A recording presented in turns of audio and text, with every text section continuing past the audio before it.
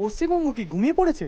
বারুইপুর, হাবড়া, পুরুলিয়া থেকে বর্ধমান, নামগুলো খুব চেনা লাগছে তাই না?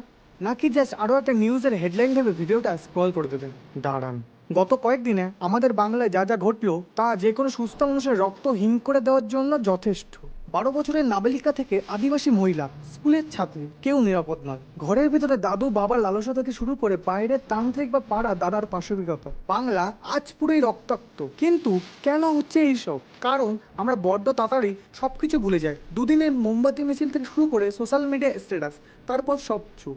অপরাধীরা খুব ভালো করেই জানে আমাদের মেমোরি শর্ট টার্ম। পলিটিক্স আর সিস্টেমের ফাঁক গলে তারা ঠিক বেরিয়ে যাবে। এর প্রতিকার কোনো রাজনৈতিক দল বা নেতার হাতে নেই, এর প্রতিকার আপনার আর আমার মতো পাবলিকের হাতে। সিস্টেমকে ভয় পাওয়াতে হবে, এমন সামাজিক বয়কট ও দৃষ্টান্তমূলক শাস্তির আওয়াজ তুলতে হবে, যাতে পরের বার কেউ এমনটা ভাবার আগে হাজারবার কাঁপে।